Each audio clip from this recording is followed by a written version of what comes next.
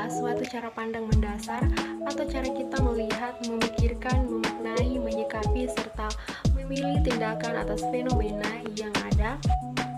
Kon, paradigma keperawatan adalah suatu pandangan global yang dianut oleh kelompok keperawatan atau hubungan berbagai teori yang membentuk suatu susunan yang menghubungkan di antara teori keperawatan guna mengembangkan model konseptual dan teori-teori keperawatan sebagai kerangka kerja keperawatan.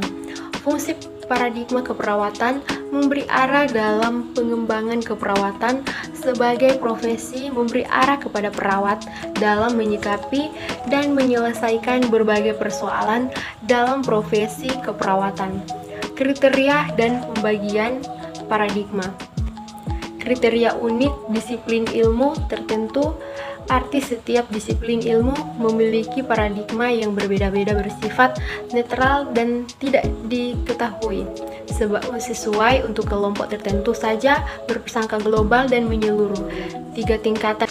Teori keperawatan membedakan keperawatan dari disiplin lain, di mana teori ini memiliki tujuan untuk menggambarkan, menjelaskan, memprediksi, dan mengendalikan hasil yang diinginkan dari praktik asuhan keperawatan.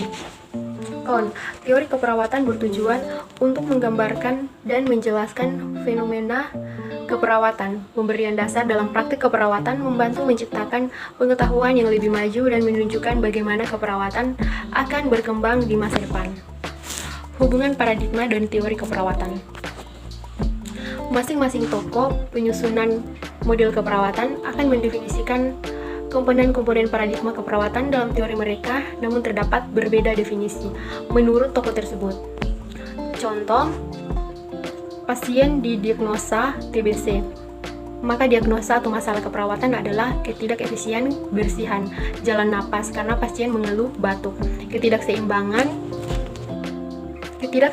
nutrisi, kurang dari kebutuhan tubuh karena pasien mengalami penurunan berat badan dan nafsu makan.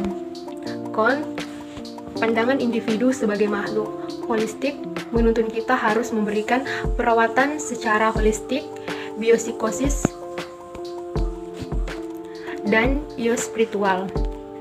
Keperawatan holistik akan tercapai bila perawat menerapkan caring dalam merawat pasien.